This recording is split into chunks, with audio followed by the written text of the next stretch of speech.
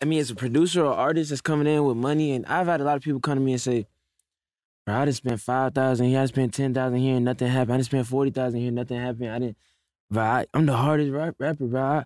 I freestyle every day. I'm the hardest. Like, everybody's like talking about what they did or how hard they is, but it's like, how do you like intentionally move forward every day? Like, actually use that talent or that money every day to actually move forward to something instead of it just always panning out to, I guarantee these niggas not studying who they need to be spending their money with.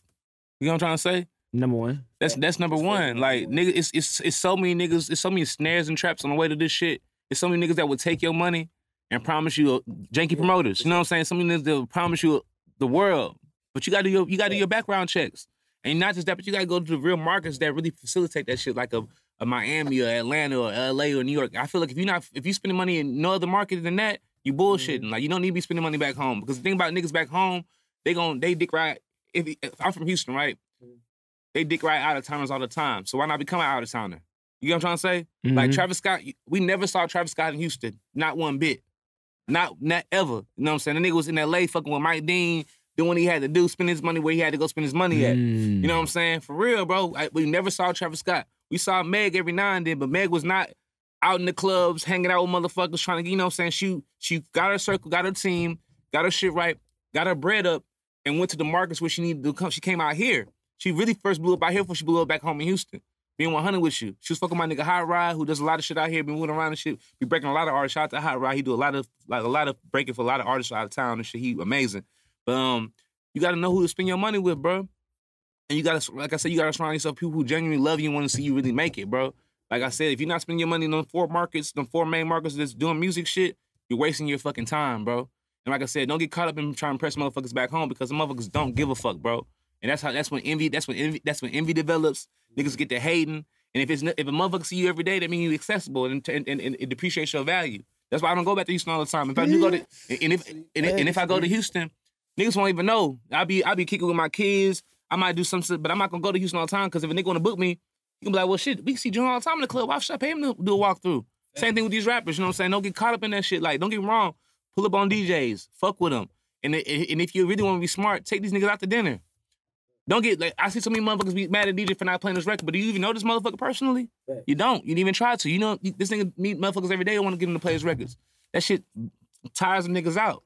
He don't know you, bro. And everybody, don't get me wrong, we all kings and queens, you know, all this shit, black excellence for shit show. We all feel entitled. We all feel like no, nigga, humble yourself and take a step back and, you know, and learn how to do real personal relationships with people. Like that's what we used to do. We used to do whole little meetings with DJs where we do a whole catering thing where we feed them, make sure they're good. Then we play in the music. You know what I'm saying? Then like, okay, they're more comfortable. Like, okay, then this nigga showing me some love. You know what I'm saying? Then we put some money in their pocket even still. You know what I'm saying? But I can't tell you how many motherfuckers will take your money and never play your shit or never fuck with you only if you're present. But if you build, like I said, you build a relationship with these motherfuckers and go to the right outlets and the right places to be, you're gonna be good, bro. Because like all these other cities outside Atlanta only be having like one or two niggas that's really popping in their city. Like in Detroit, you got DJ BJ. In Dallas, you got Baby. You know what I'm saying? Like in Houston, you got Mr. Rogers and, you know, Kiati and people like that who run the radios and shit like that, or like just got the city on lock when it comes to what, you know, what's going on the scene. Cities like Atlanta, it's a bunch of motherfuckers, you know what I'm saying? It goes stupid. LA, same way. It's a little bit more industry in LA, of course, but even in New York, but like there's places to do things, you know what I'm saying? So key thing back to what I'm saying before I, you know, get off push up is like, know where you're spending your money at, my nigga. Study the game. Just go back to what I was saying earlier. Study the game. Just because you rap good don't mean you finna pop. Just because you spend a couple thousand at the club or gave a such and such DJ this amount of money.